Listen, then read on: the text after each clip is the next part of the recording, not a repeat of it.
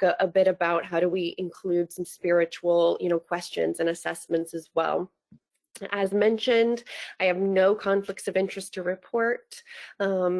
I am happy to share these slides after, as was mentioned. There might be a few changes in there as we go on today, so just if there are, please know that updated slides are available. But we're going to just start today with just going over the agenda. We're going to talk a little bit about actual definitions of, chronic pain and somatic symptom disorders. We're going to look at various assessments of chronic pain. We're going to also look at the intersection of trauma, substance use, and assessment in chronic pain, as well as provider bias and how that impacts our ability to accurately and objectively assess our patients' chronic pain.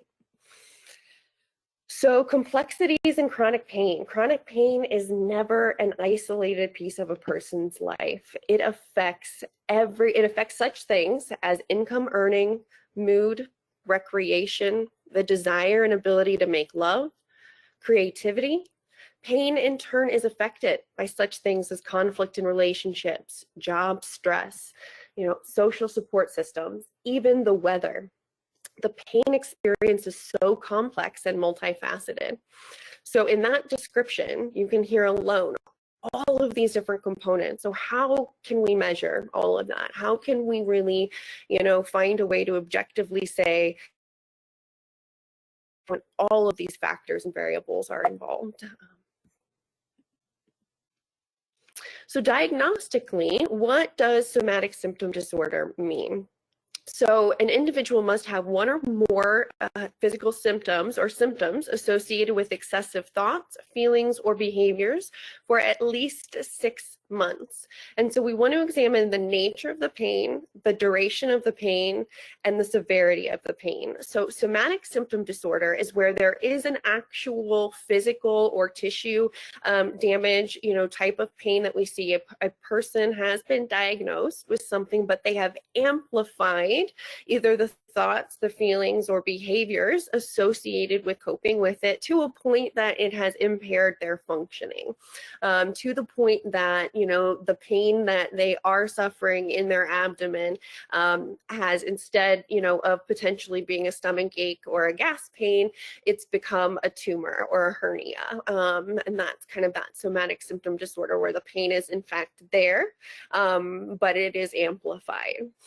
Conversion disorder is where there could potentially be an underlying neurological disorder, but there is not one to be found where we see. So for example, like if a case example of a woman has an ectopic pregnancy, this was used in a pain conference recently. And had complications during surgery, had excessive blood loss during the surgery, recovered afterwards, was doing really well, and then had a visit from her family that went really poorly. And then after that reported numbness in the arm, the left arm, and doctors, said, okay, well, because you did lose a significant amount of blood during the procedure, let's make sure that we do all of our testing, that there wasn't any impact, a stroke or, anything else, and there wasn't. And so again, kind of looking at that conversion disorder of that emotional and psychological manifestation of that. Fictitious disorder is what we also sometimes refer to as Munchausen's. It is somebody that it's not really clear like why they are sick or have these symptoms, sometimes intentionally make themselves sick. It's not really clear. There's sometimes not a clear benefit like there is in malingering. That's one of the major differences. Malingering, we see people really trying to, somehow get like a workers' comp or, time off of work or, just different accommodations. Sometimes that's where we would see malingering and benefits from that. Health and illness anxiety. If you talk to a lot of pain psychologists, they would say this is maybe more appropriate in the anxiety category because it's a what if. There is no pain or actual illness or anything yet that a person has been diagnosed with or could clearly say, I am experiencing discomfort.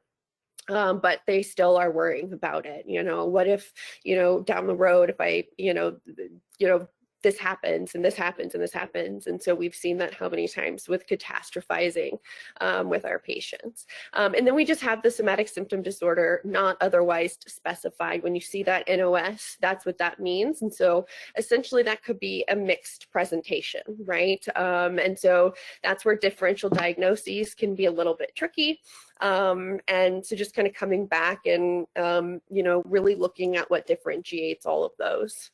So as I mentioned before in our part one, the ICD-11 most recently included chronic pain as an actual diagnosis. So before we've thought of it as a symptom or a manifestation of another illness, but what we're finding is that a lot of these underlying chronic pain issues right now don't necessarily have an exact etiology, a reason that we can say, this is why the pain is happening. And so it's an exciting time in chronic pain research. So you hear the definition. Some people say it's pain that recurs longer than 3 months. Some say 6 months, but more tend to say longer than 3 months. So let's look at what are some of the components of assessing chronic pain or just even acute pain as well. So assessing biological factors, ranging from all ages, right? We want to look at different vital signs. So these are a little bit different sometimes with chronic pain versus acute pain. For example, we may not see as much of the increased blood pressure and heart rate with chronic pain like we would with acute pain. So, that might be more for some breakthrough, pain, measurements and things like that. But certainly, with temperature and oxygen saturation, those can be impacted with chronic pain conditions and potentially side effects of medications or treatments of chronic pain conditions. So looking at the location, asking where do you hurt, intensity of pain, how much does it hurt? And we'll talk about ways to measure that. Quality, what does it feel like? How long does it last? How often do you hurt? Where else or what else do you feel pain with? Seasonal and temporal variation. During what time of year do you experience the highest levels of pain?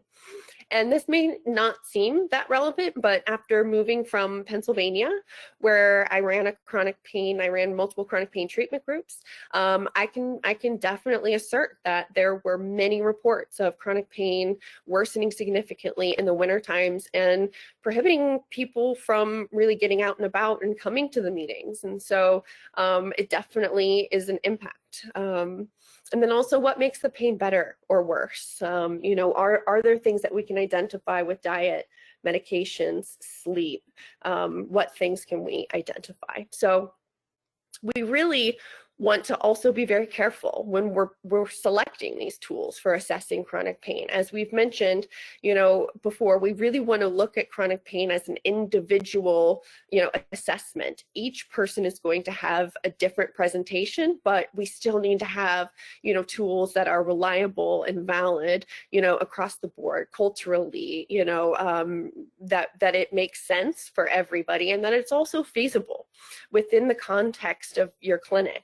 Working in primary care, you may have less time to give some of the assessments that we're talking about. And so, what one could think of doing is, if there's, kind of an introduction packet or, data collecting packet that you give patients, maybe you can identify some of these scales that might make sense, to do before the patient even gets into your office and meeting them the first time. We want to make sure that we're also considering the cognitive ability of the individuals that we're working with. Are there any impairments? Are there any developmental delays?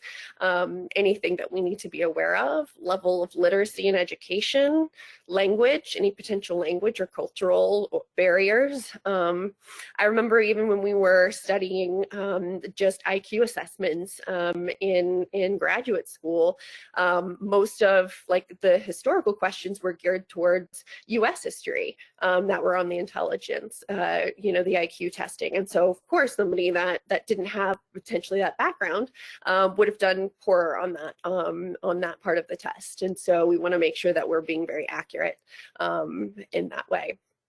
And also, you know, sex and gender. So we want to factor that in. So how do we assess chronic pain across all ages?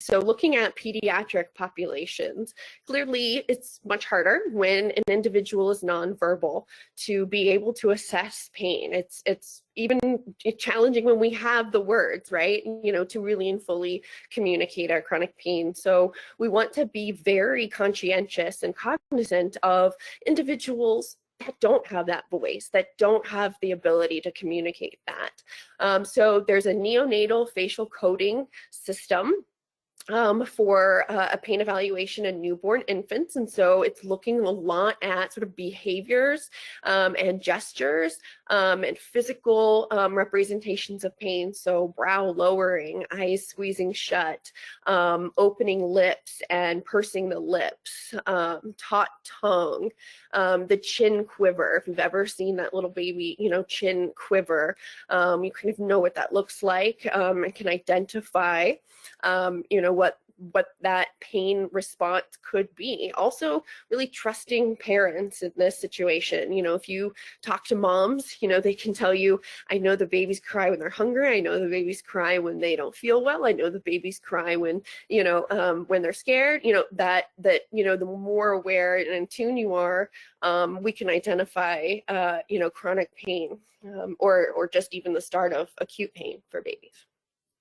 Post-operative pain in children, so one of the most commonly used scales is the FLAC scale, looking at facial expressions. So again, smiling, calm, relaxed versus, you know, constant frowning, you know, quivering, you know, chin, legs, activity, crying, and consolability. So what's the body doing? How active are they able to be? Can they be consoled? Is anything able to manage this? And what is their cry like I said? We can also use the FLAC scale with adults who are nonverbal, but it does tend to be used a little bit more with children. And it's really important for us, I mentioned in part 1, to manage postoperative pain for children, especially because one, they're significantly undertreated, you know, in chronic pain populations, but they run the risk of, if it's undertreated, really turning into significant chronic pain problems. So that post-op pain can lead to central sensitization if it's not managed well enough. Cognitive impairment in assessing chronic pain in pediatric patients. So there are 4 tools that have been found to be reliable and well validated for individuals that have any kind of intellectual or developmental or cognitive impairment. So we talked about the FLAC. So there's the revised FLAC scale. There's the pediatric pain profile, the individualized numeric rating scale, and the non-communicating children's pain checklist. And I know that I'm going through and listing a lot of these assessments pretty quickly, but what I will do is the ones that are available for public consumption or availability, I will compile those. And so those can be available for people to access at the end of the presentation as well. So the comfort scale is also the only scale that's validated for children on a ventilator. And that, of course, might be relevant now more than ever with COVID, right? So again, some of these things that we haven't been, these, you know, barriers that we haven't been presented with before are certainly potentially barriers now. In chronic pain assessment. And so, you know, the more data, the more information we have, the better. Pain assessments in adolescents and adults. So we very commonly see what we call visual analog scales, numeric rating scales, and color scales. So those visual analog scales are looking at that kind of the Wong-Baker Faces pain scale right in front of you. You know, what are the, you know, facial expressions, you know, that we can associate with increasing pain, increasing discomfort. If we just did it on a numeric scale, 0, no pain, 10, worst pain possible, that's probably the most common. If you've ever had, a stay in the hospital or been in the emergency room, for any pain related issue, that's a pretty standard question. Color scales are also really good for kiddos or individuals, again, that might have intellectual impairments. You can just help them choose kind of the progressive. Even you can see on the long Baker faces, the progressive from the bluer to the red. Body maps and pain drawings is a really, really great way of getting information about your patient's experience with chronic pain. Not only can they utilize this to show you the location of the pain, but you can ask them to use different colors. You can ask them to use different shapes to describe it, symbols. If some people feel like it's a stabbing pain, maybe that has a different symbol than a throbbing pain to them. Or, I've asked people at times to bring in a physical representation of their pain. And that's been really interesting to see what people have come up with at different times. So one person brought in an hourglass and said, this is what I feel like is happening to me right now. My body's just wasting away over time and I have no control over it. And there's no way I can access the sand to stop it. Another person brought in a doll, a Barbie doll, that was dressed, to the nines perfectly on the outside. And then she took the clothes off and it was just colored in red all over in the places where she had just immense, chronic pain and issues.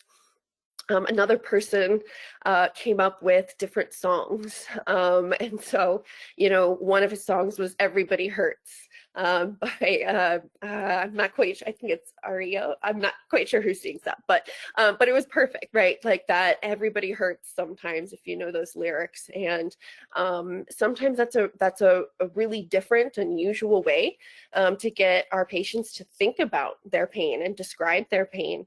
And it also just helps change their relationship a little bit with their pain too, to think about it this way. The McGill Pain Questionnaire was created by Melzack. So if you remember, I talked about the neuromatrix theory. Melzack and Wall came up with that in the 60s, right, which was our gate control theory of pain. So how were we able to experience pain? They came up with a questionnaire that has 3 major classes of word descriptors broken down to sensory, affective, and evaluative. So you can see, is it flickering, quivering, pulsing, throbbing, beating, pounding? This gives language. When we go through chronic pain or medical trauma, it affects our language centers of our brain. Our Broca's area and Wernicke's area are impacted when we have prolonged pain and issues. And so it is genuinely more difficult for us to come up with the words sometimes to describe pain. Also, men and women tend to have different words that they use when describing pain. Women tend to sometimes use more emotional language with pain than men, and that could potentially impact how that provider hears their pain is experienced or believes their pain. What are some valid and reliable assessments for adults, for elderly individuals who might also be nonverbal? So the checklist of nonverbal pain indicators, that's, the table right there. Again, looking at those vocal complaints, are they sighs, gasps, moans, groans, cries, looking at facial expressions, bracing or clutching, physically, how tight are they and how stiff are they? A restlessness, can you identify that there is just something that they're shifting a lot in their bed, or they just seem like they can't be settled with food or with any kind of pillows or, movement in the bed, so looking at that. Rubbing, how do they respond to even touching that affected area? Do they recoil? Do they pull back? vocal complaints, words, they might just say, oh, or stop.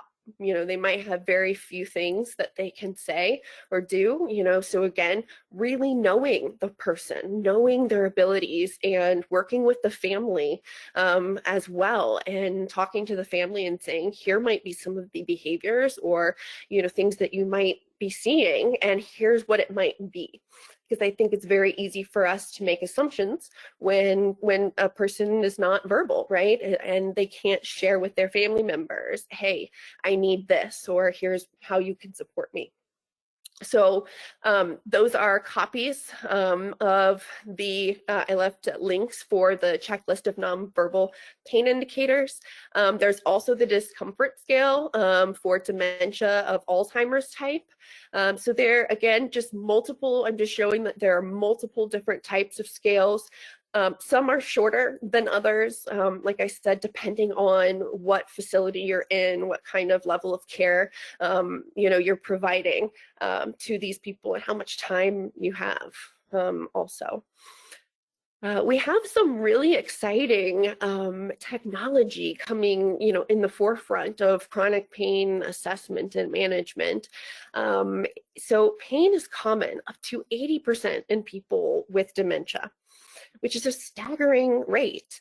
And I'm willing to bet a lot of us, myself included, I've worked in assisted living before, I didn't know that. I didn't realize the extent to which those individuals are feeling pain. And so this could be miscommonly, again, right, treated with antipsychotics, with benzodiazepines, some of these erratic behaviors that, we might label, psychological in nature, might actually be, a combination, right? The physical pain and the psychological pain, or the emotional pain. So there is a program called Pain Check that was started in Australia and New Zealand. And I have a brief video. I believe it's going to be able to play because it's embedded.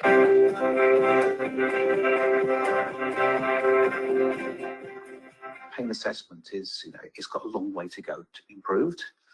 How can we do something to actually evolve it and improve it? And that's what we've done over the last 10 years. And I would add, actually, Jennifer Abbey, who you'll have the Abbey Pain Scale, she's on our advisory board. I know Jennifer is actually, as you know, she's English. She's a 10-pound POM, so went out to Australia in the 1960s, and is one of our biggest supporters, because as she says, what we've done is we've actually evolved and transformed the core concept of the Abbey Pain Scale into something that's digital, and in her words, used at the point of care. You've got to do pain assessment at the point of care. If you don't do a point of care, it's actually irrelevant. By the time you've actually documented it and gone down and typed it all in, it's moved. So that was actually great for us in the early stages, because we got Jenny to sort of really help that journey. So as we see it, the key issue for us is that, and I think the work you've done at Orchard as well has sort of shown this, is that often people with dementia, and I know the word is difficult, not behaviours, or some of their let's put behaviours for the moment, right? Is driven not by the disease itself, but by underlying causes, and one of those causes can be pain. Now, if you can better assess pain, then you can rule out pain. Then okay, it's something else. If you can rule in pain, then you can treat the pain first, and then if that solves, if that changes the behaviour, and we've seen it many times, then you're on the right path. So, one of our groups in Australia called Having Care, one of the lead guys there just said, look, when you can't verbalise pain effectively or reliably, it's about the probability that you're in pain. There's no pain scale that's going to just be absolutely 100% effective all the time. But you want a good scale and a process that can going to give you the high probability that they're in pain or they're not in pain, and then you can take action. And that's really what we're about. And then giving that tool to carers in a simple and effective manner, so you can actually treat better. And we've seen so many case studies of people saying behaviour's changed, they're now talking, they're now conversing. And we all know if we're in pain, we can get irritable, we can get angry, but obviously, typically you don't know it. So that journey's been a fantastic journey for us. We've got great scientists, and the technology is working, we think, really quite well. But we're still in the early part of our journey. We want to make this better and better. I want to make it better by working with aged care facilities and care homes to improve it. I'd like to get feedback from everyone else in terms of your experience. Yeah, no, definitely. I think you know, I think I've said on a number of occasions, very much like you just said, if you rule out pain, which we've managed to do using the app, then we can look at actually, is the person hungry? Or, you know, are they bored? are they thirsty? You know, have they got an infection? So we have been able to work through that process, and as a result, drive down, you know, antipsychotic use, benzo use, things like that. And having that data to show to you know, the multidisciplinary teams, GPs, etc., to say, who are sometimes very keen just to prescribe something to solve the problem. Yeah. We can work through all of those elements without having to give them another medication, and having that data available to say, here you go, has been really powerful, and they've had to sort of like stand up and go, actually, I think you're onto something here. Yeah, let's up the pain relief. You know, maybe give somebody regular pain relief before we start looking at antipsychotic use. So we have managed to do that on a number of occasions, and that's going to form, you know, part of our wider dementia strategy. We've sort of tested it, if you like, in a couple of areas, and we've seen it working. So that'll be, you know, the MDT approach, using all of that data will be rolled out across the group to. I agree. Yeah. In fact, that's a very good point. Having an objective measure and being able to show it to the GP when they arrive. That's what we found on the street. Often the GP would arrive and say, the nurse or the carers would say, look, we think the person's in pain. The GP would say, I don't think so. I disagree. I'm the GP, I'm the doctor. I win. But when they say, look, here's our pain assessments, here's we've tracked over a period of time, then it's very difficult for the GP then to overrule it. They've got to listen to the nurse, listen to the carer, and then take some action. So, I mean, that is a really good point. So just, again, I wanted to stop that there just for the sake of time, but that potentially, of course, could have monumental, you know, impacts on how we assess chronic pain. If we have an app that has the ability, an algorithm, to be able to have facial recognition software that it can detect, you know, these points of pain, you know, or these expressions of pain, you know, in giving us a more objective measure, that could be so incredibly powerful. And so again, this is, you know, really in Australia and New Zealand, it was started there, but it is now being used in the US and UK. And it is also now being used in pediatric populations, because it has just shown such tremendous, you know, research and impacts. And like they're saying, you know, and I do kind of like that they made that point, is that, you know, when there's that you know, disagreement between nurse and doctor, or this provider and that provider, you know, this very much allows us to come back to what is the patient experiencing. You know, it's about them. It's not about egos or getting it right or wrong. It's about whether their quality of life is impacted and if they're feeling okay. So looking at some psychological assessments of pain, we want to have some understanding, and, you know, what do they understand about their illness? How is it affecting them? What meaning have they made of the pain in their life? And maybe that's even current pain, but also previous pain. You know, if they had less resources before dealing with their pain, they may feel like pain is more threatening, because that's the schema that they have now, is that they had limited finances, they had limited social support, so they remember breaking that leg and having that surgery and it being so immensely hard to recover from. And so the thought of going into this other surgery that they really need is really scary, and they're not going to want to do that, or they're going to delay it significantly, perhaps, because of that. So coping responses, patients' preferences and expectations, and, you know, so again, certain, you know, religious cultures or religious factions, have different ideas on, even access to blood transfusions or different medications, or, beliefs about the body as a temple and what is appropriate to be consumed or not. And so, also just cultural myths about pain. Some cultures, again, sort of even demonize or create it as a spiritual, concept. And then patient preferences to receiving information related to his or her condition, and pain. Some people, when you try to explain that pain response, you have to be very careful, because they do hear it's all in your head sometimes when you say, oh, well, the mechanisms of pain are emotionally and physically are experienced in, the same, pathways, neural pathways. A lot of people can't necessarily hear that we're saying it's based on these mechanisms of biochemistry, and it's not a character flaw or assessment. So we want to look at this. So the pain self-efficacy questionnaire is wonderful because we talked about, confidence. Self-efficacy is one of our greatest predictors in being able to cope effectively with our pain. If we don't feel like if we have any tools or resources or ability in ourselves, any belief in ourselves at all, that we're capable of managing this, we're gonna see it all as a threat. So just some of the questions. I can enjoy things despite the pain. So some people would say not at all. Some people would say because of the pain, everything in my life is now horrible. I can do most of the household chores despite the pain. Are you confident? Completely confident? 6, not confident at all. What are their beliefs about things that they can actually do still during their pain experience? You can be, so again, it's talking about personal life, social life, various things in a person's daily activities that significantly impact their quality of life and their self-report in that. Catastrophizing and lack of self-efficacy are sometimes more predictive than MRI results at the time of injury in predicting coping in chronic pain.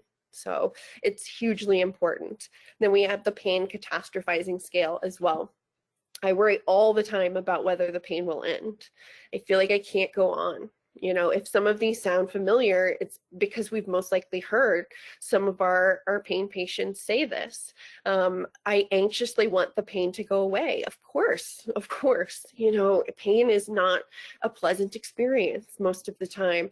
But if that's all that you can think about, I just want it to go away, I just want it to go away, I just want it to go away, you're not necessarily doing the things that will help it go away. You're just fixating on the fact that you want it to go away. And that breeds learned helplessness. And that's something that we obviously want to avoid for people, because then that limits their self-efficacy, right? So just keeping in mind, you can talk these out with your patients too. You can have a conversation where you just say, I'm going to read a couple of these statements, and maybe some will fit and maybe some won't. Maybe some you might have a couple of different words for, but I'd like to see maybe what your responses are, or gauge, how close these fit for you. Because if that's all they're fixating on and thinking about, that is definitely a problem, and that's definitely going to increase their pain report, self-report and experiences. So again, I left links to be able to access these online for people too. The Pain Disability Index is great to use even at multiple times during treatment planning and work together. This is a great kind of, pre and post treatment measure of, domains of life, daily functioning, family and home responsibilities, recreation, social activity, occupation, sexual behavior, self-care, and life and support activities. we want to identify what our patient's value system, where their values are at, and that'll also, I think, tell us that, so say it's in family and home responsibilities, if that's at a 10, that's going to be even more impactful, than say if this person is not really invested in a career and occupation. And so that's, even though that would be at a 6, if they had that, that it's not that detrimental in their life. That's how we can kind of gauge, everybody has a different value system. And so social activity for one person, might be much more devastating if they lose that than for another person. So also just using that to talk to your patient about whether or not they feel they still have meaning, they still have purpose, that they're not viewing these things as losses, or again, just that they're, catastrophizing so much about this, like I'm never going to get it back. So what's the point of even rating it? So some spiritual and social assessments of pain. We want to be able to, I kind of mentioned, we want to look at culture, language, ethnic factors. So in like Native American cultures, I mentioned in part 1 that in their cultures, they might actually have different meanings for numbers. Like, so different numbers might have very specific healing value to them or representation. So like the 1 to 10 scale for some cultures or Native American populations doesn't make sense because they just are arbitrary numbers there. They have their own set of, language and ways of describing pain and ways of measuring pain. And so, just really being connected to what that looks like for each individual that's coming into our offices. So just kind of a great go-to when you're wanting to look at that faith-based or spiritually based approach. FICA, faith, importance, community, and address. Like, so what is your faith or belief? Do you consider yourself spiritual or religious? What does give you meaning in your life? Viktor Frankl, who wrote Man's Search for Meaning, who was a Holocaust survivor, said that if a man has a why, he can endure almost any how. And that's a really poignant, kind of life lesson and derived from faith and, community and purpose. And so that's something that's really important for people. And so how important is it, for them? Some people, it is incredibly important. Other people, this might have tested their faith so much that this is also a personal crisis for them, that because of this pain, they're questioning, their faith and they're being tested in their faith. And so how have those beliefs influenced behaviors during the illness? Has it made you more likely to take care of your body or engage in these behaviors? Or are you angry? Do you feel upset at this higher power potentially, and have some bitterness? So are you also part of a spiritual or religious community?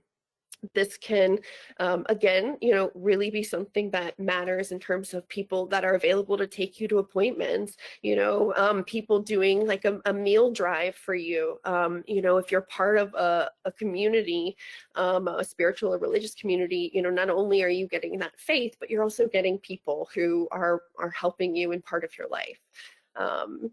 How would you like your healthcare provider to address these issues in your healing? So, just asking what part of our, treatment, do you want this to be? Do you want me to check in on this at each appointment? Would you like to update me on this? How would you like me to, to address this? Would you like me to change my language in any way and how I ask you questions? Or, in terms of medications I'm suggesting, would you like me to change? So just being aware and asking those questions. So we're going to talk now a little bit about that intersection of trauma and chronic pain. So I had briefly mentioned the ACE in part 1, so the Adverse Childhood Experiences Questionnaire, which is a 10-item questionnaire that is looking at various types of abuse, neglect, and household dysfunction. as you can see, when people are growing up, childhood, but also early adulthood as well. So what type of verbal, physical, or sexual abuse were they potentially exposed to? Any type of parental psychopathology. So what was the state of mom, dad's mental health, and any early parental loss. Some of these are the greatest predictors. Those three are the greatest predictors of individuals with chronic pain in adulthood.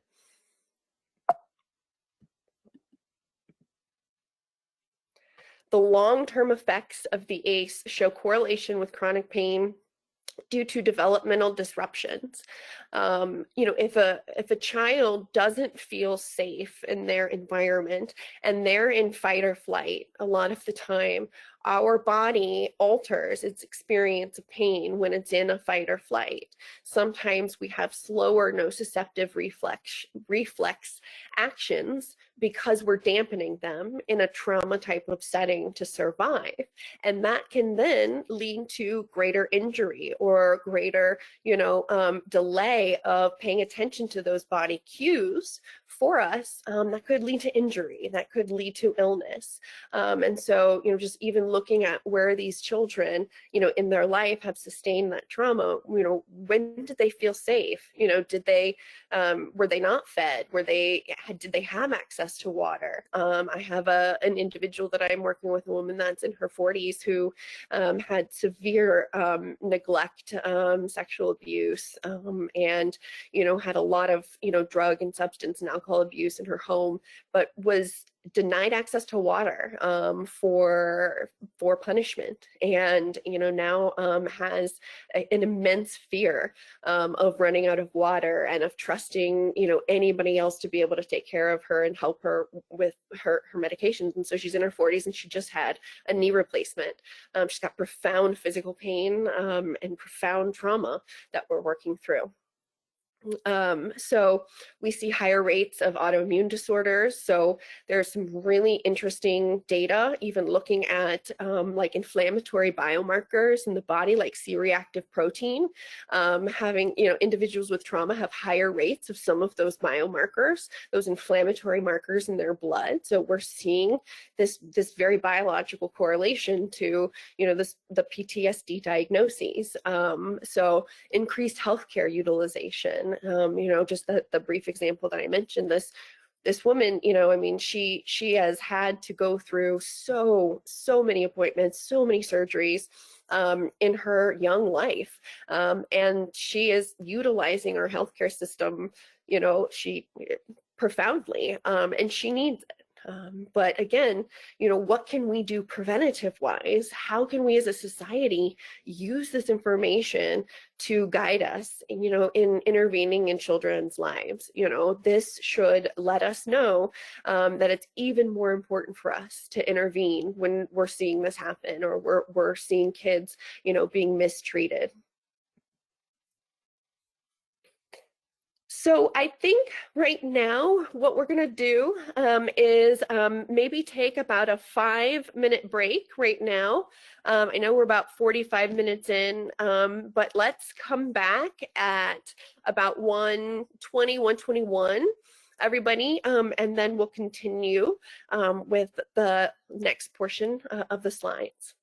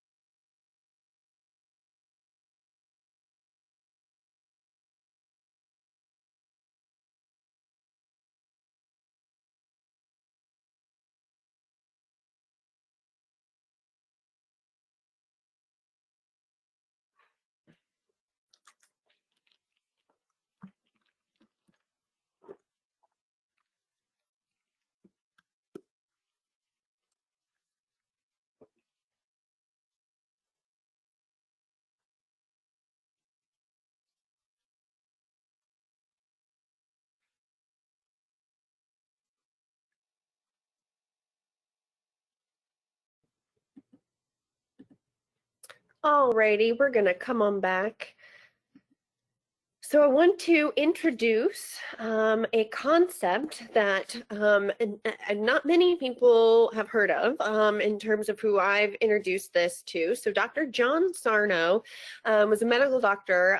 He unfortunately, he's passed away, but he came up with a revolutionary approach to trying to understand chronic pain and the chronic pain experience, treating thousands of people who have really unexplained pain symptoms, right? Again, like we're saying, you know, not any clear tissue damage or structural damage, you know, for us to be able to trace the etiology of the pain. And so he studied patterns, patterns of personality traits, patterns of, you know, social behaviors, patterns of trauma, patterns of, you know, potential clusters of illnesses that people tended to have. And he was able to really begin to see these themes that were emerging in these individuals, and posits pretty radically that there is actually no structural abnormality in a number of, you know, in chronic pain usually, but that it's more about mild oxygen deprivation, repressed emotions, anger, or emotional distractions, and that physical activity is not dangerous, but it is necessary, and that, again, that fear and the fear avoidance behaviors are really driving that pain experience. And I actually stumbled on Dr. Sarno's work in my own personal search for answers with chronic pain.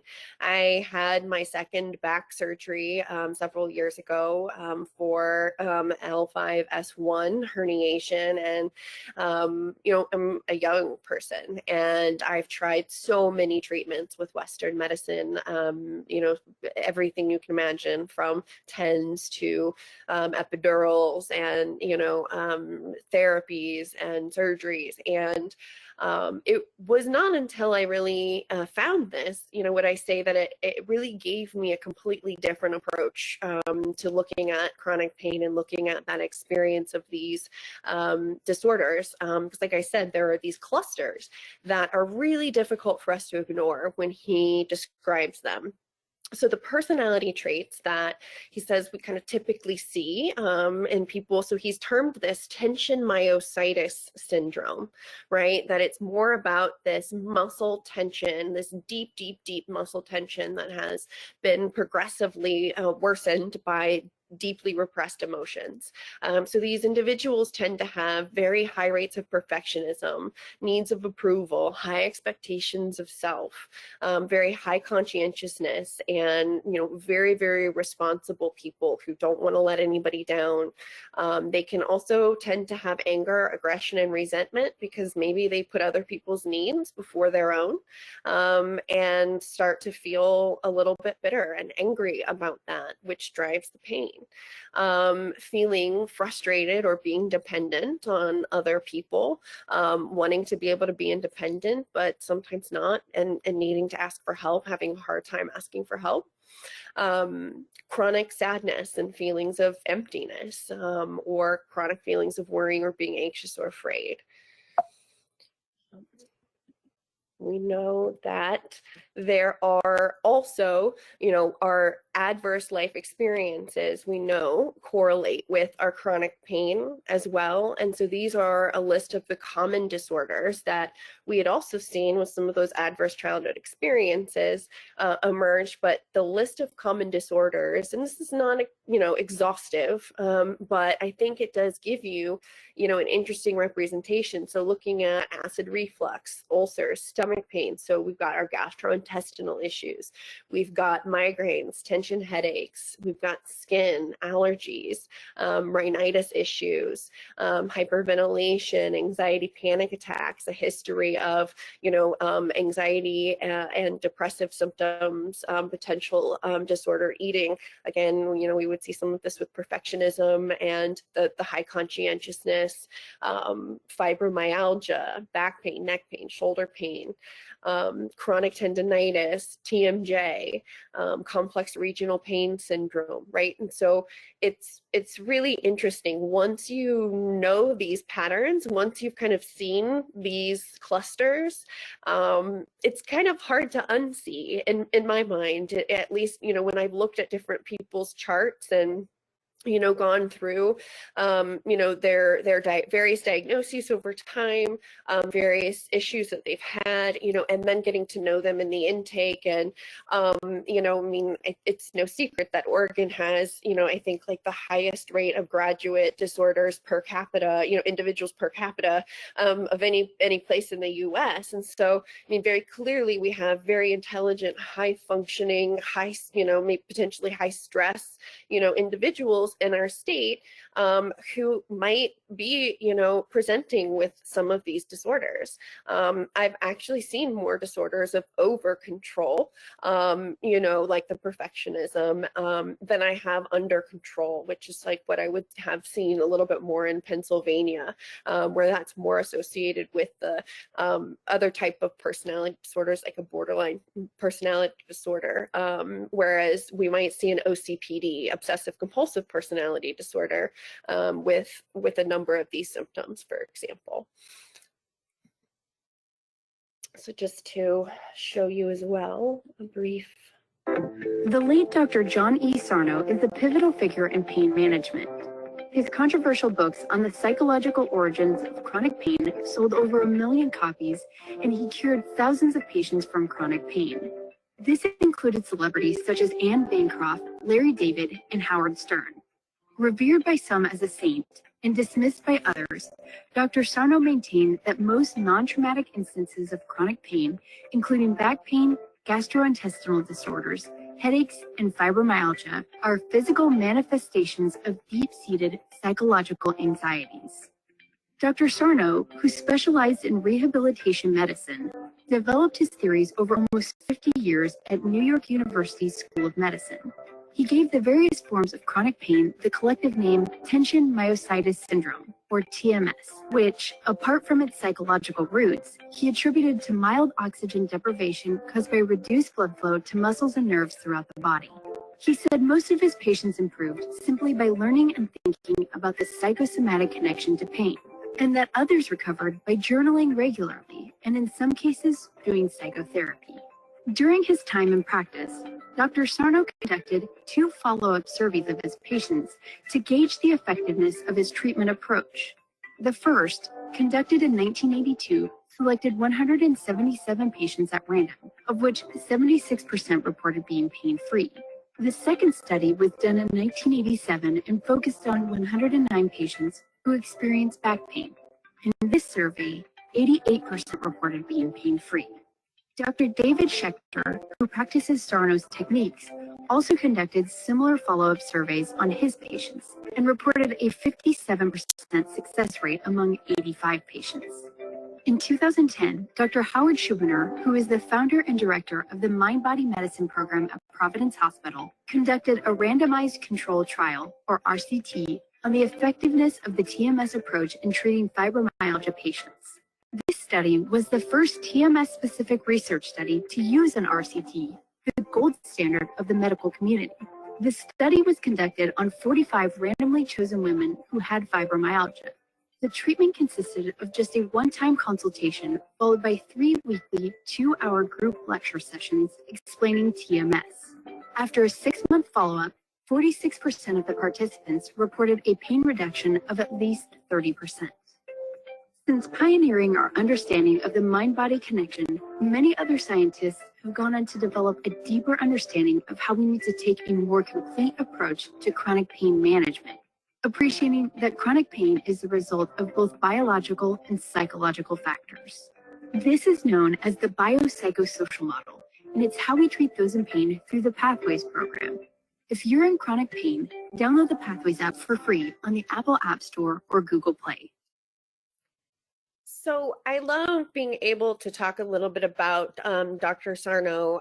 So again, I recognize controversial, and there, he has written several books. So you saw The Mind-Body Prescription, The Divided Mind, and I recommend, looking into those. Would I say that this, we can prove this without a shadow of doubt? No, I would not say that. But what I would say is that it is pretty incredible to see some of those patterns emerging with people that we're working with. And so I'm giving you another here, just a case example of somebody that I worked with, a 58-year-old male who was presenting with CRPS in his left hand after dislocating it from taking fruit out of the fridge. He was like, I wish I had some running out of a building, saving somebody story, but that's not what it was. And it just continued to swell up progressively, had issues with temperature. It became, very hot, red. And then of course had the extreme, allodynia, and feelings of pain when anything would touch it, any stimuli would touch it. Also has allergic rhinitis to pollen, is allergic to house dust, and has perennial allergic rhinitis, history of dry skin, history of neoplasm fused colon, mixed hyperlipidemia, has mild insomnia, had a root canal infection recently. And so again, you see on that list of common disorders that I had mentioned, I went around and circled the ones that he was presenting with to kind of show that there's a cluster there. And then what were some of the potentially, social and psychological factors? So this individual has a PhD. They had their first assistant professor job at age 23, so very highly intelligent, highly successful, chair of multiple state and federal, science organizations, a significant amount of responsibility. You see some of the quotations. I went all the way through Boy Scouts and became an Eagle Scout. I've always had a strong sense of responsibility. I need to finish what I started, and that's really important. Sometimes I get so angry when people are inconsiderate or don't let me know that they will impact my deadlines. I don't let them know it, but I get so mad and have such a hard time letting go sometimes. I know I have a tendency to over prepare for things. And he would say, even after he has lectured on things, for years, he would still get so worried and prepare and have to go back and just really put all that pressure on himself, even for lectures that he felt like he had done many times.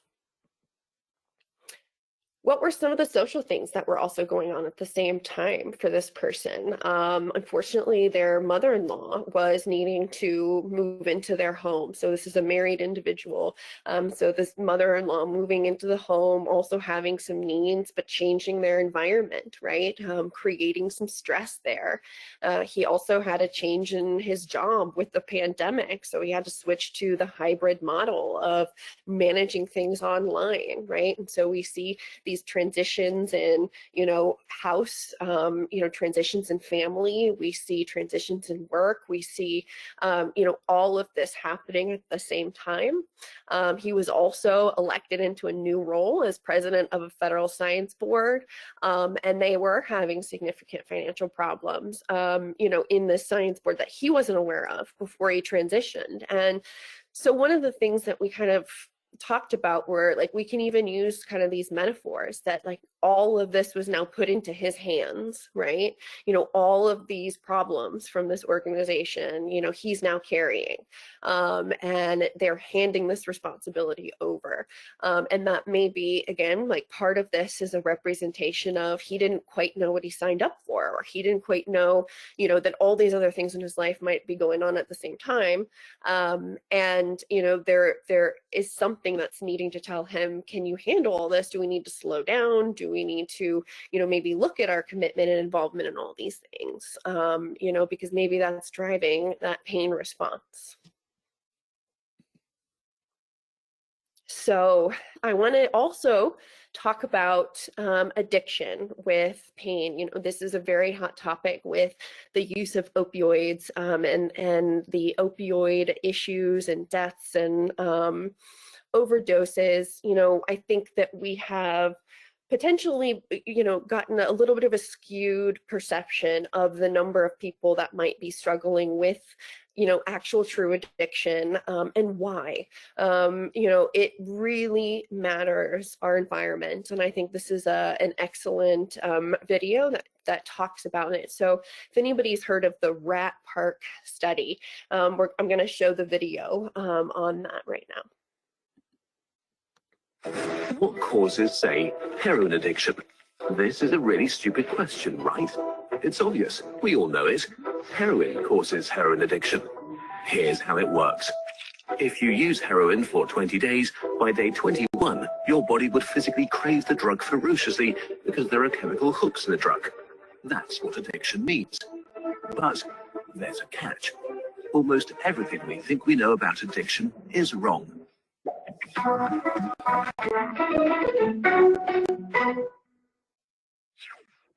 If you, for example, break your hip, you'll be taken to a hospital and you'll be given loads of diamorphine for weeks or even months. Diamorphine is heroin. It's in fact much stronger heroin than any addict can get on the street because it's not contaminated by all the stuff drug dealers dilute it with. There are people near you being given loads of deluxe heroin in hospitals right now. So at least some of them should become addicts. But this has been closely studied. It doesn't happen. Your grandmother wasn't turned into a junkie by her hip replacement. Why is that? Our current theory of addiction comes in part from a series of experiments that were carried out earlier in the 20th century. The experiment is simple. You take a rat and put it in a cage with 2 water bottles. One is just water, the other is water laced with heroin or cocaine. Almost every time you run this experiment, the rat will become obsessed with the drugged water and keep coming back for more and more until it kills itself. But in the 1970s, Bruce Alexander, a professor of psychology, noticed something odd about this experiment. The rat is put in the cage all alone. It has nothing to do but take the drugs. What would happen, he wondered, if we tried this differently? So he built Rat Park, which is basically heaven for rats. It's a lush cage where the rats would have coloured balls, tunnels to scamper down, plenty of friends to play with, and they could have loads of sex. Everything a rat about town could want. And they would have the drugged water and the normal water bottles. But here's the fascinating thing. In Rat Park, rats hardly ever use the drugged water. None of them ever use it compulsively. None of them ever overdose. But maybe this is a quirk of rats, right? Well, helpfully, there was a human experiment along the same lines. The Vietnam War. 20% of American troops in Vietnam were using a lot of heroin. People back home were really panicked because they thought there would be hundreds of thousands of junkies on the streets of the United States when the war was over. But a study followed the soldiers home and found something striking. They didn't go to rehab. They didn't even go into withdrawal. 95% of them just stopped after they got home. If you believe the old theory of addiction, that makes no sense. But if you believe Professor Alexander's theory, it makes perfect sense. Because if you're put into a horrific jungle in a foreign country where you don't want to be, and you could be forced to kill or die at any moment, doing heroin is a great way to spend your time. But if you go back to your nice home with your friends and your family, it's the equivalent of being taken out of that first cage and put into a human rat park. It's not the chemicals, it's your cage. We need to think about addiction differently. Human beings have an innate need to bond and connect. When we're happy and healthy, we will bond with the people around us. But when we can't, because we're traumatized, isolated, or beaten down by life, we will bond with something that gives us some sense of relief. It might be endlessly checking a smartphone, it might be pornography, video games, Reddit, gambling, or it might be cocaine. But we will bond with something because that is our human nature. The path out of unhealthy bonds is to form healthy bonds, to be connected to people you want to be present with. Addiction is just one symptom of the crisis of disconnection that's happening all around us. We all feel it. Since the 1950s, the average number of close friends an American has been steadily declining. At the same time, the amount of floor space in their homes has been steadily increasing. To choose floor space over friends, to choose stuff over connection. The war on drugs we've been fighting for almost a century now has made everything worse. Instead of helping people heal and getting their life together, we have cast them out from society. We have made it harder for them to get jobs and become stable. We take benefits and support away from them if we catch them with drugs. We throw them in prison cells, which are literally cages. We put people who are not well in a situation that makes them feel worse and hate them for not recovering. For too long, we've talked only about individual recovery from addiction, but we need now to talk about social recovery because something has gone wrong with us as a group. We have to build a society that looks a lot more like Rat Park and a lot less like those isolated cages. We are going to have to change the unnatural way we live and rediscover each other. The opposite of addiction is not sobriety. The opposite of addiction is connection. This video is a collaboration. So I love that video, because it really helps us, ask those really important questions. Are we creating a cage, for ourselves, for the people that we're working with, or are we helping them find, that freedom, find that park? How can we help them build that environment? And I think, at least I know personally, during the pandemic, there were a lot of my patients had increased use of substances. They had nowhere to go. People weren't socializing. They couldn't hang out in normal kind of, settings. And so they were maybe drinking more alone, maybe consuming, more substances than they normally would because they weren't going to have to show up, to anybody's house or drive or go places, and so, that's just kind of one example of how this social and global pandemic could have potentially made us all feel a lot more caged and trapped. And certainly people that have chronic pain, might have felt even more scared that their access to doctors were cut off or medical, supplies and resources. And, we saw that there was kind of not necessarily a reverse in some of the opioid prescribing, but we definitely maybe saw a little bit of kind of a pause and a little bit more of a breaking on, this really intense need to, titrate down everybody from their opioids and really get them off these medications. In part because everybody was kind of caged, and as that, saying goes, a gilded cage is still a cage. But what we see is that issues with substance use with chronic pain tend to happen most in the first 5 years of a person dealing with chronic pain than at other points in their life. And so that can be, for a number of reasons. Maybe they learn how to live with it more effectively as time goes on, and they find that they, where they thought that they couldn't do activities anymore are finding that they still can, just maybe a little bit differently than they were before, but have had more of an opportunity to see that life didn't stop, with chronic pain after that first 5 years. It could be that, again, maybe they realize that, the substance use is also not curing the pain after 5 years, right? That if that substance were going to take it all away and cure it, with their use, we would have been there by now. And we're not. So we see pre-morbid issues with substance use or dependence more likely with men. And more likely with individuals that have had childhood history of physical or sexual abuse. Also people that have had pre-morbid issues, of course. So issues before chronic pain, or if that's been a coping mechanism for them in the past, it makes sense that they would use that again if it helped manage their pain. We see the most common substance use with alcohol and opioids, a combination of that. We tend to see some estimates say that some individuals, at least in this Turk and Gatchel study in 2018, were dishonest about substance use about 9% of the time. Maybe you have experienced higher rates of that or not.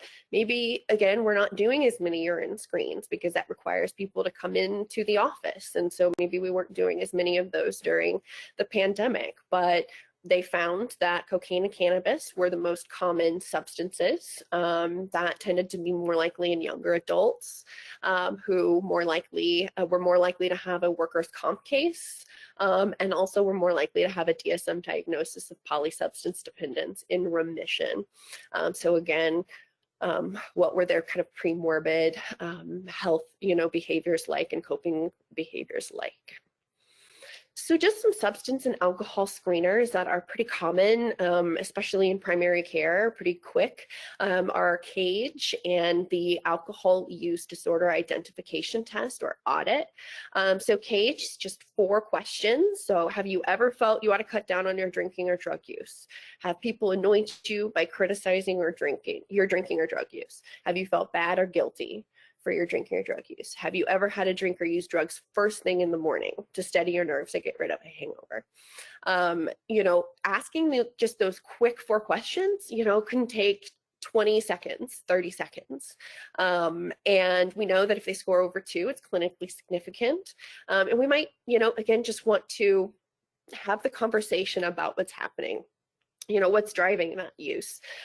Is it in part because they are scared you're taking away their opioids and they don't know how to manage it because they haven't been given an alternative strategy? Maybe they don't even know how dangerous it is to mix alcohol and opioids, although I would hope that would be something gone over with the physician and pharmacist, but you never know, right? So we just really want to make sure that we don't skip over these questions and just assume, right? And especially don't just assume that, the population of people who might be using substances, looks a certain way. Like I said, we have a lot of over-controlled individuals right now who could also be using Adderall, right? Abusing that. Like we've seen other types of substances and things like that too, that could be at risk. So, even just opening the door for that conversation could potentially go really far. The opioid risk tool, just another example of a scale that you can use, an assessment with links to be able to download that. Something that is really promising for the future is something called pharmacogenetics. So really being able to look at somebody's, DNA sequencing and their genetics to see what combination of medications or what types of medications they respond the most effectively to, based on our genetics and based on our, some of our chromosomal structures and receptors. We may respond differently to certain medications, than to others. There is like a small percentage of so only redheaded women, have an opportunity to have a certain, allele mutation combination that allows them to get the most benefits from a certain type of, and I believe it's pentazocine medication, and they get the most relief from that medication than any other population, including redheaded males, for some reason. I'll have to double check on that, but I'm pretty sure that's the, but just to show you, like, the genetics of that, are wild. Like, how could that be? Women have a different amount of, certain types of receptors in our brains and our periaqueductal gray for some of these opioids. And it might actually take higher doses for some women to get the same pain relief. But again, women are significantly undertreated with our opioids and substances. So, this could help us get more objective, right? More objective data and what medications we're going to respond the strongest to, so that we don't have to over prescribe. If you have the wrong medication, yeah, you might need to be continuing to take more and more and more and more and more, versus finding the one that really connects with your biochemistry. Provider judgment and assessment. So 2 patient-level factors that may be particularly relevant to providers' perceptions of risk are race and previous misuse behaviors with opioids. So we know that there is a judgment, right? We know that historically, people are don't want liability, right? And that makes sense. We all work really hard for our licenses. Everybody, here wants to do no harm. I'm gonna make that assumption. I hope most of us do. And it's hard, when we're trying to gauge this subjective report, right? That we can't necessarily measure.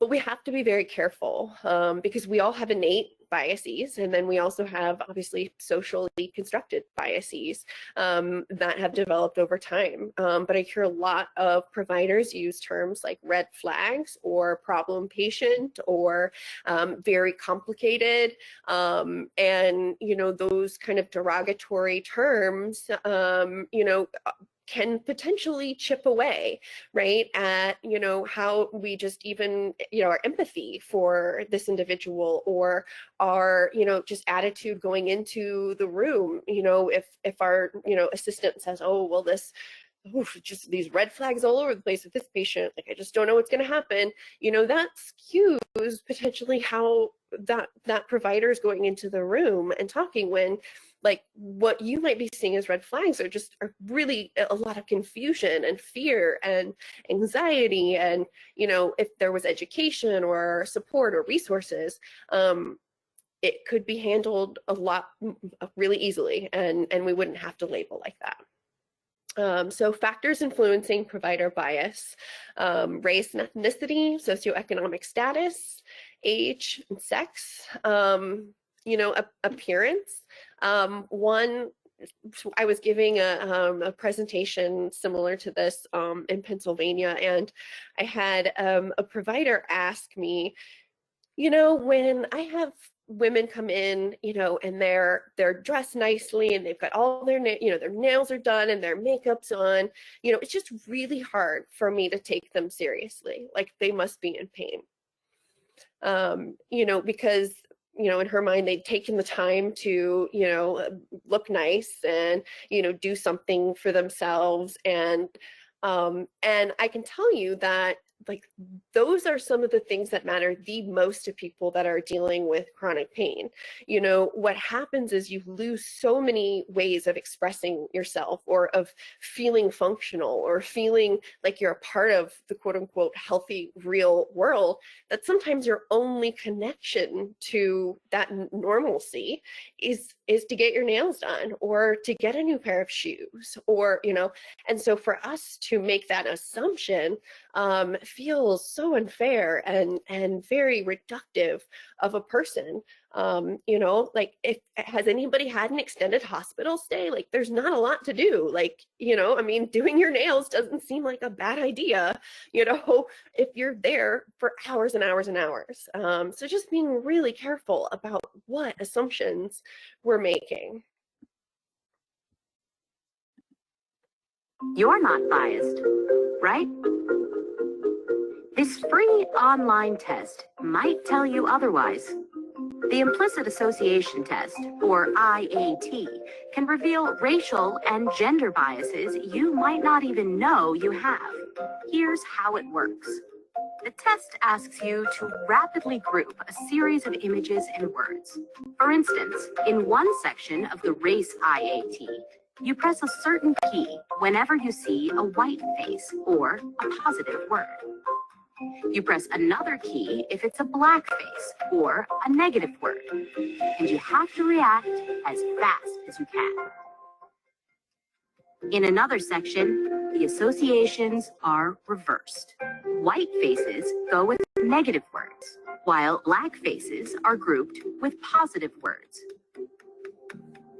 It turns out that 70% of test takers, white and non-white, respond more slowly when grouping black faces with positive words.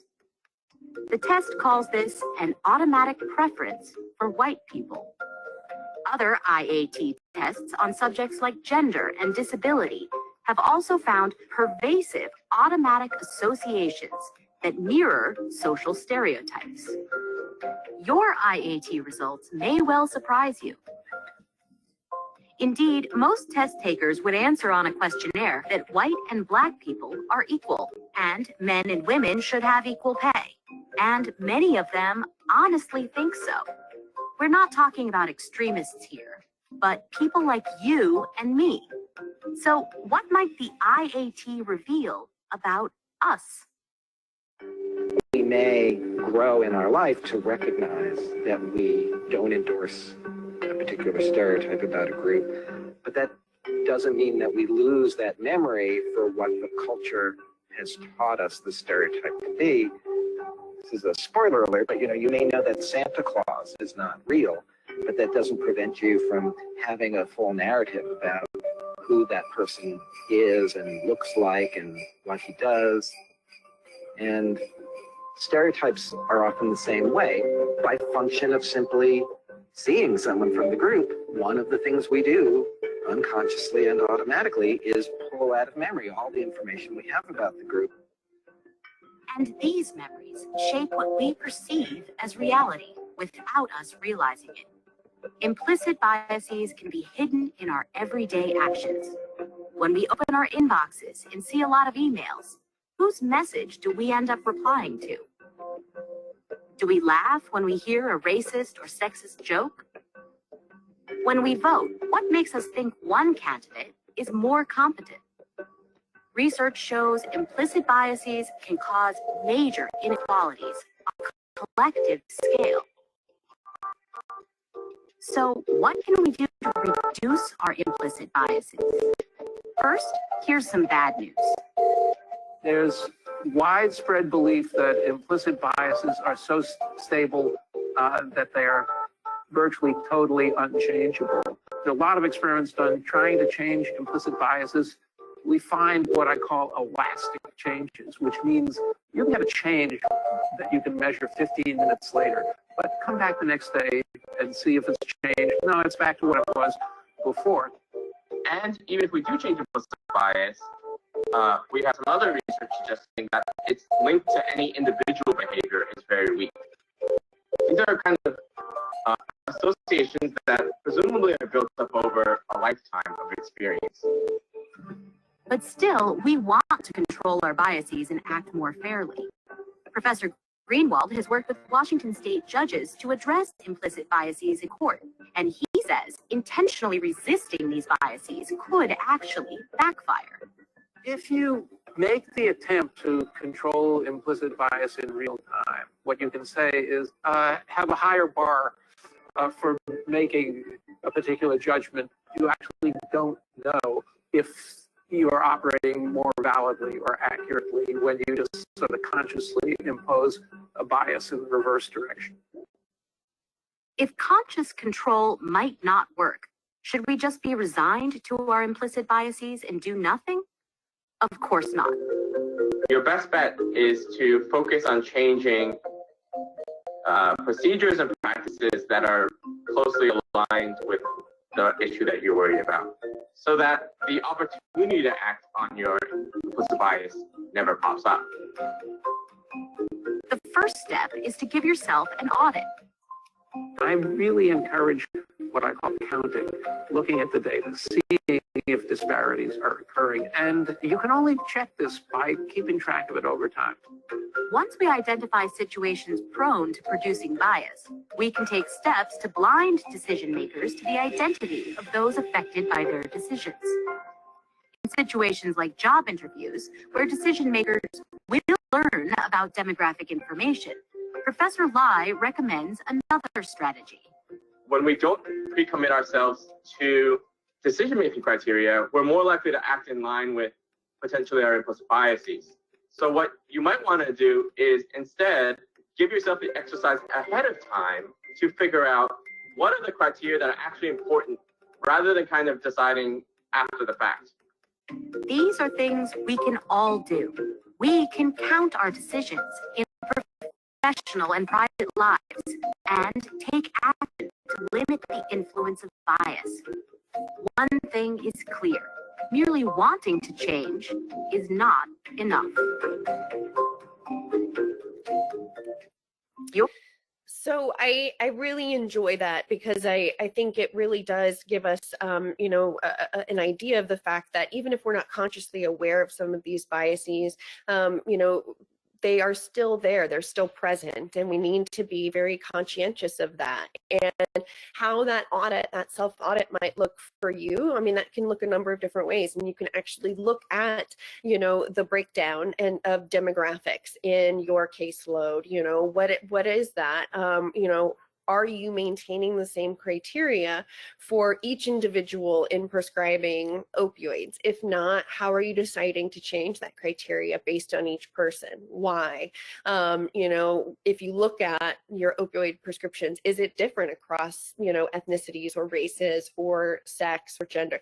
You know, really auditing yourself and asking if that's showing up in your work. And it, again, it may not be conscious, right? It might just be that, you know, for whatever reason, we're putting all that biopsychosocial spiritual data in differently with certain people, and prescribing differently.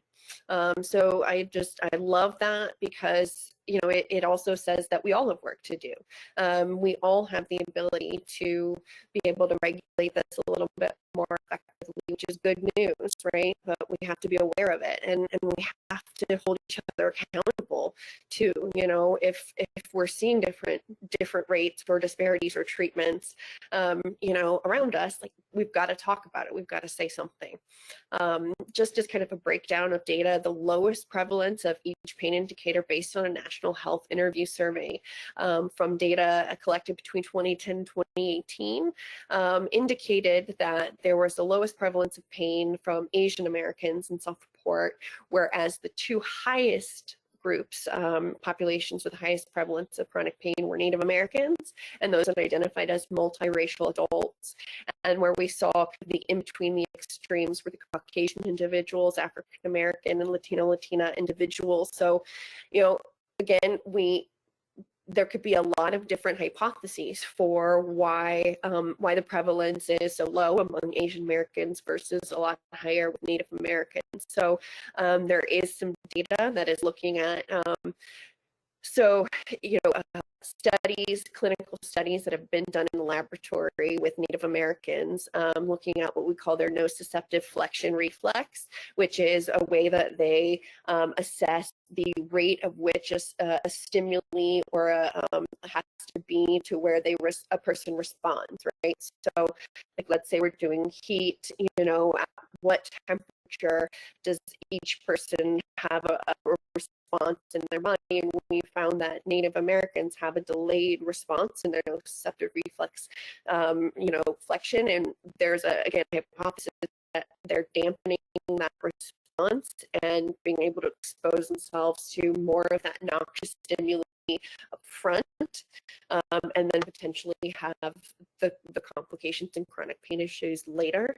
But again, that research is still in its infancy. It's still newer, and we're still having to obviously look at laboratory results versus kind of real world results as well. So we are hopefully, as much as we had the pain check and we have the software that we're building as well to be able to, objectively assess measures of chronic pain, we're also finding that functional fMRIs, functional magnetic resonance imaging, is giving us a lot more data about chronic pain mechanisms based on oxygen, and pathways.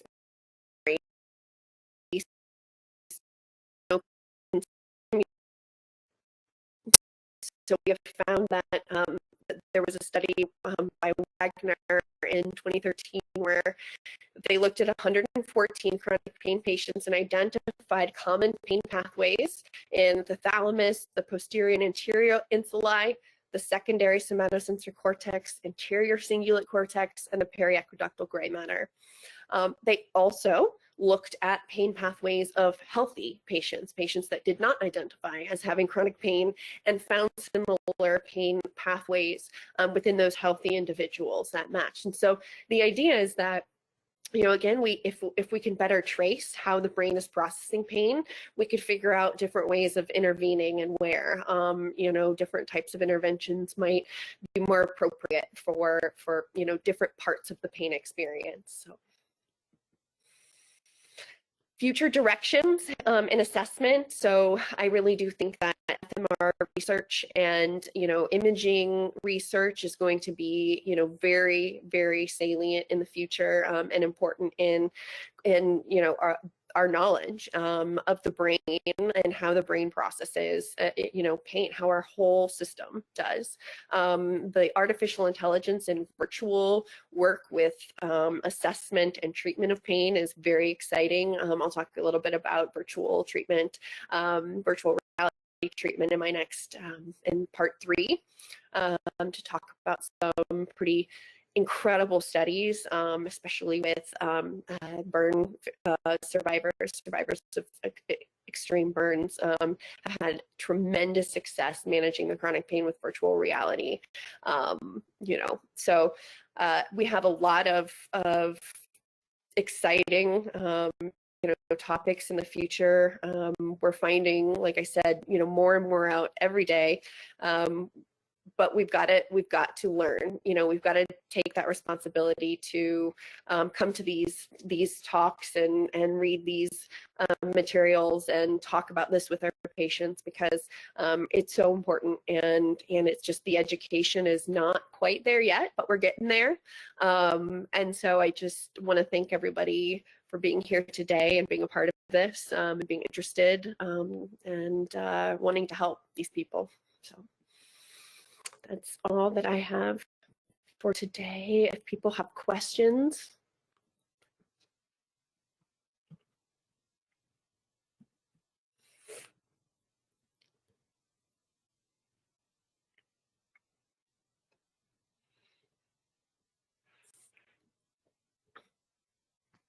So again, everyone, if you would like to ask any questions, there is a questions drop-down menu in the webinar. You can type a question. If it's something you'd like to think on, of course, you are more than welcome to send me over an email. I'll make sure that those questions get over to Dr. Bascom so that we can get those answered for you as quickly as possible. Right now, from what I can see, I don't have any questions in the chat box coming in. Just so everybody knows as well, I am going to be posting the next registration for session 3 probably next week. No later than Wednesday, the registration will open up for the session that's actually going to be in September. So make sure you're on the lookout for that. And then, of course, I've been sending out reminders with the same information about a week before, so that way everybody can make sure that if they missed it, that it's something that you can make sure that you register to do. Also, just moving on here, you please make sure you complete the survey that you will fill out on EADS. Super important data and information for us. For you to be able to fill out that survey is fantastic for us to get that feedback. If you would like the slides, you can absolutely request those. I will make sure and get those out to you. Usually you'll get a response within 24 to 48 hours, and I can get those out to you right away. I'll also have a recording that will be posted if that's something that you would like to rewatch, or if it's something that you had to log out and you would like to catch up on it. That recording is always going to be available for you. My email again is listed on there if you have any questions that you'd like Dr. Bascom to receive. And also make sure not to forget to log in to eads.com with your activity code to obtain your CME. There is going to be the activity code on the screen here for you. Again, that will expire in 7 days. If for some reason you did forget and you do need to get your CME certification, please reach out to me. I'll make sure that we can get that to you. It is in the system. Just the activity code will expire after that 7-day period. Okay. I still do not have any questions currently coming through, Dr. Bascom, so that was perfect. Thank you so much, everyone. I hope you have a great rest of your day. Dr. Bascom, you have a great rest of your day too, and thank you so much for your time. Thank you so much. Bye. Bye-bye, everyone.